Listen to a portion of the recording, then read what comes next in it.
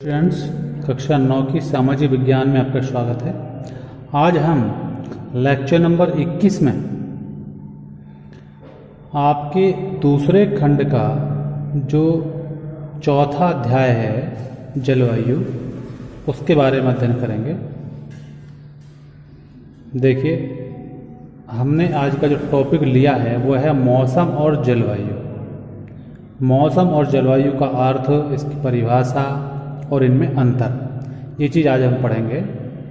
देखिए, किसी विशाल क्षेत्र में दीर्घकालीन यानी बहुत लंबे समय, लगभग कितना 30 वर्ष से अधिक के समय को इसमें जो है सम्मिलित किया जाता है। मौसम की अवस्थाओं तथा विविधताओं का योग ही जलवायु कहलाता है। मौसम एक विशेष समय में एक क्षेत्र के वायुमंडल की अवस्था को बताता है। मौसम तथा जलवायु के तत्व जैसे तापमान, वायुमंडलीय दाब, पवन किसे कहते हैं? हवा को कहते हैं। आर्द्रता का मतलब होता है नमी, वातावरण में नमी, तथा वर्षण अर्थात वर्षा, एक ही होते हैं। मौसम की अवस्था प्राय एक दिन में ही कई बार बदल जाती है, लेकिन फिर भी कुछ सप्ताह, महीनों तक वायुमंडलीय अवस्था लगभग एक समान ही बनी रहती है। जैसे यहाँ उदाहरण दिए हैं: गर्म या ठंडे, हवादार या शांत, आसमान बादलों से घिरा या साफ, तथा आर्द्र या शुष्क इसके अंतर्गत हो सकते हैं। महीनों की औसत वायुमंडलीय अवस्था के आधार पर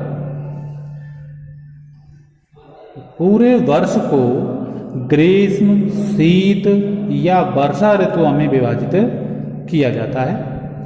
देखिए, साधारण शब्दों में आपको इन दोनों को नीचे परिभाषाओं के माध्यम से समझाने की कोशिश की गई है।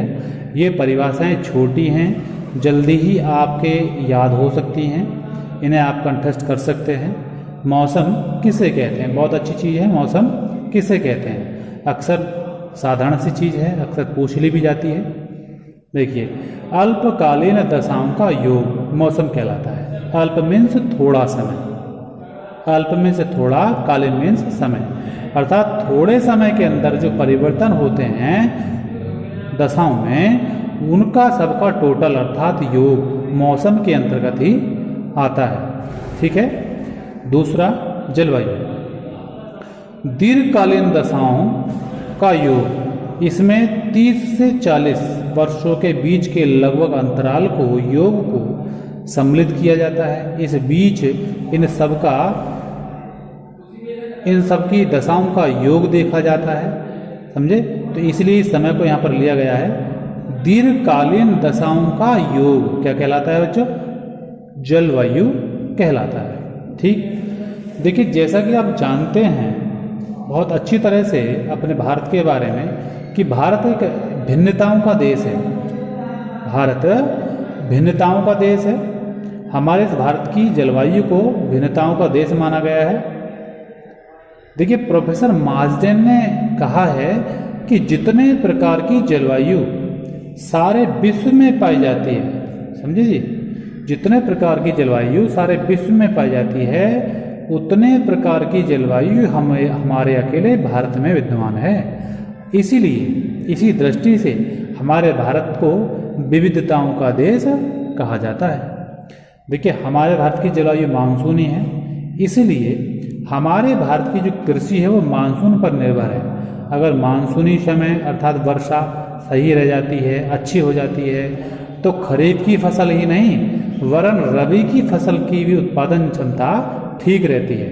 अन्यथा खरीफ की फसल पर तो प्रभाव पड़ता ही है, इसका सीधा प्रभाव रबी की फसलों पर भी पड़ता है। और शायद इसीलिए हमारे भारत की कृषि को मानसून का जुआ कहकर पुकारा जाता है। ठीक है बच्चों, हमारे भारत की कृषि को मानसून का जुआ क्यों कहा जाता है? ये प्रश्न आता है, अधिकतर आता है, तो इसको आप इसी पैराग्राफ के माध्यम से समझाने की कोशिश करेंगे, बताने की कोशिश करेंगे। तो यही वजह है जो आपको अभी बताई गई है। बहुत अच्छी चीज़ है, ध्यान से सुने समझें और अपने नोट्स में इसको जो है करें।